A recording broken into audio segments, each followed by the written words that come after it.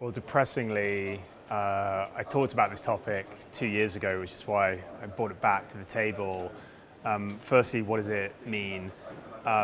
My view is that the TV ecosystem, the big media companies are held to a higher standard than others who are coming in competing for TV dollars, a number of the big tech companies. So what I mean by that is the big media companies, I'll talk for the US to make it specific, have to provide, rightfully, transparency into every impression, and also have to be third-party measured by traditional measurement players, because that's the way that it's always worked.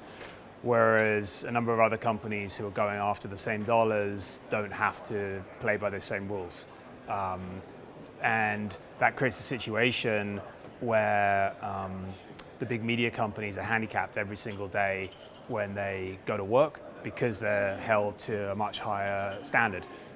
Let alone in the US, we've got challenges with how traditional measurement is working. That makes things sort of even tougher.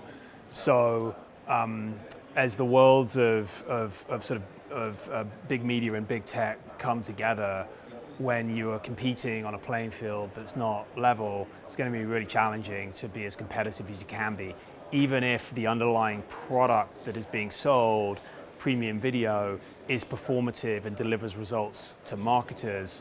If you're judged by different scorecards and held to higher standards, that's really tough. And so I did talk about that 2 years ago, and I decided that I would re-raise it on the stage today with Justin, because I would argue the situation hasn't got better. In fact, it's arguably got worse. And so I think it's sort of existential to the industry right now. Okay, wow, you say that it hasn't improved in those last 2 years. What needs to happen in the TV industry to get to where you'd like it to be? Well, I think that there has to be a realization that for marketers, it's not a good thing. Because ultimately marketers need to be able to understand the return that they're getting on every single dollar that they put to work.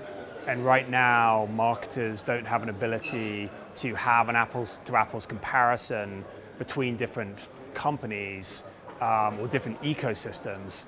And that makes it really tough for a marketer. So I would argue that marketers intuitively know that premium video is performative, and it builds brands at top of funnel, and it also is a really important complement to lower funnel tactics. The problem is that there isn't a way on an always on, at scale, mutually accepted by all parties way to be able to show that apples to apples comparison now. And so I think the more that we highlight the discrepancy that I talked about earlier and why that's bad for the marketer, the better.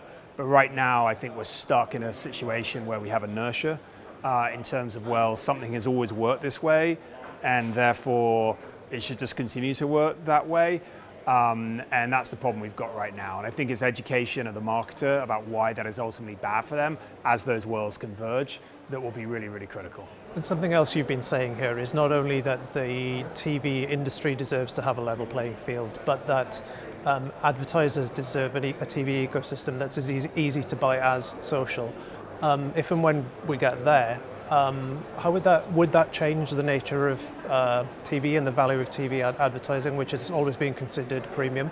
Yeah, I would say it won't change the value in terms of the performance that it delivers.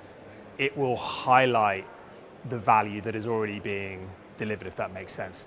So it's a good question, because things like delivering or having your brand in trusted environments with authenticated audiences in culturally relevant moments, those things happen today and really, really matter, but they don't matter enough, clearly, based on where the growth is going to and where it's being taken from. And I fundamentally believe that's not because marketers don't believe in the performance power of premium video. In fact, I know that to be true, but the complexity that exists in terms of being able to buy it and the inability to solve sort of always on outcomes comes back to the first question we talked about, is overriding the goodness of the underpinning product that exists. So the good news is solve the challenge of make it simple, and solve the ability to show sort of always on halo effect down the purchase funnel, which are both infinitely solvable.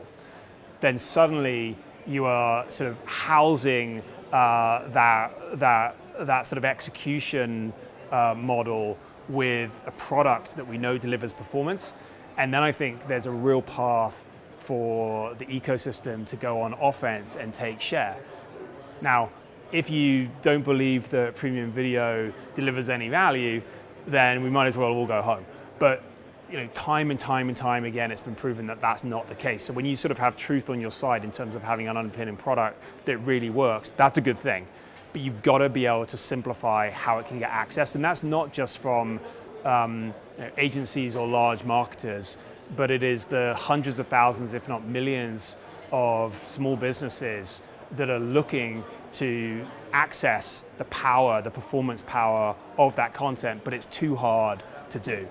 And so I feel that the path forward is very clear, and there is a path to growth here. But to your question, you've got to solve the simplicity issue. And lastly, I can't let you go without asking about AI, big trend coming into 2026. How are you feeling about the application or potential application of AI and automation in TV advertising? Well, firstly, it's super early, and obviously there's a lot of excitement, but there's also a lot of marketing spin and a lot of hype.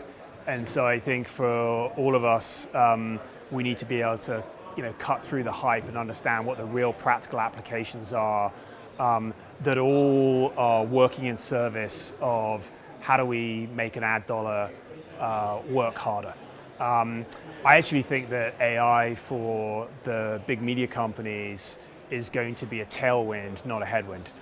The reason I say that is, going back to the question that we just answered, we are already seeing the application of AI with regard to being able to help simplify the ability for businesses to buy into the ecosystem, and the ability to be able to make algorithms more performative, where they're able to take data signals and be able to understand what audiences they've reached and where they haven't, which in turn makes that single dollar work harder towards an outcome. So I think AI is going to help close the capability gap that exists with big tech, and it will move us to a future that solves the things we talked about in the last question faster, and that's a good thing. And I think in addition, if you look at social video buyers, there's also things that they just expect that don't work in our ecosystem. So take creative as an example, and take dynamic product ads, the ability to be integrated with live product catalogs, and being able to really sort of do sophisticated dynamic things with the creative that drives product sales. Like, a lot of things there in the social video are really good and working well, and AI is going to provide a path to sort of bring some of those practices faster into the premium video ecosystem. And again, it's going to be another tool that's going to help close the gap.